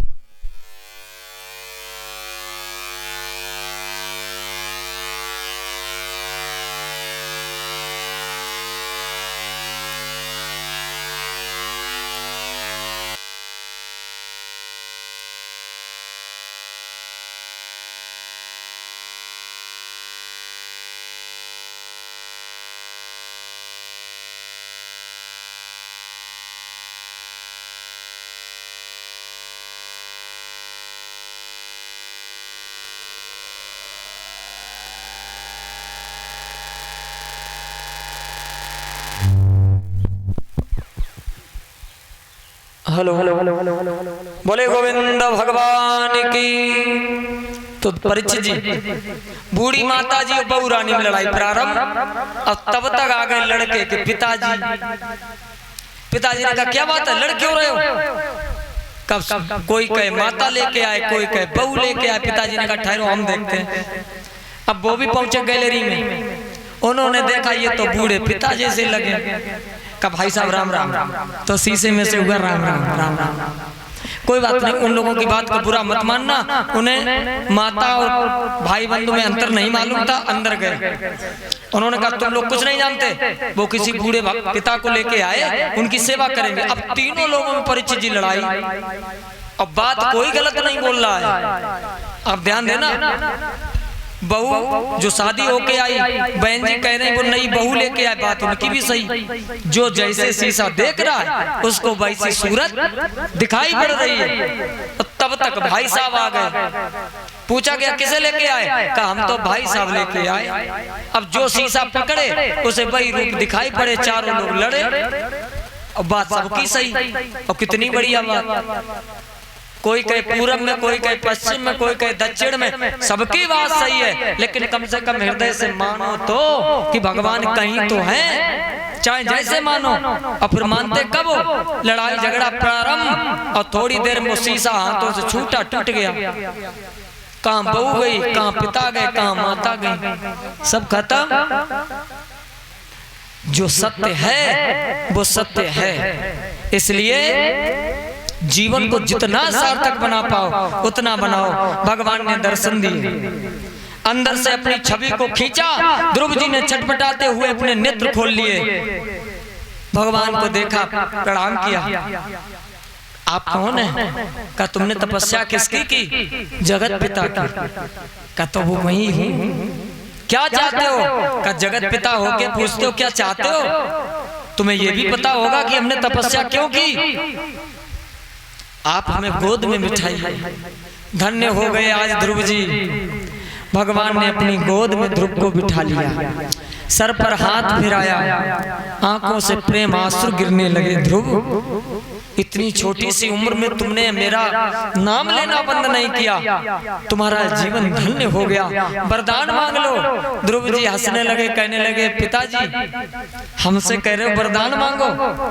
अरे पिता की संपत्ति पर बेटे का पूरा अधिकार है, हम क्या मांगे? जो जरूरत होगी वो तो आप स्वयं देंगे, हम आपसे क्या मांग सकते हैं। भगवान ने कहा मेरे दर्शन ऐसे नहीं होते हैं, खाली नहीं जाते, कुछ तो मांगना पड़ेगा। तो ध्रुव जी ने कहा अगर दे नहीं चाहते हो तो मुझे सिर्फ इतना ही दो। क्या? आज ध्रुव जी कहते हैं कि सुनो भगवान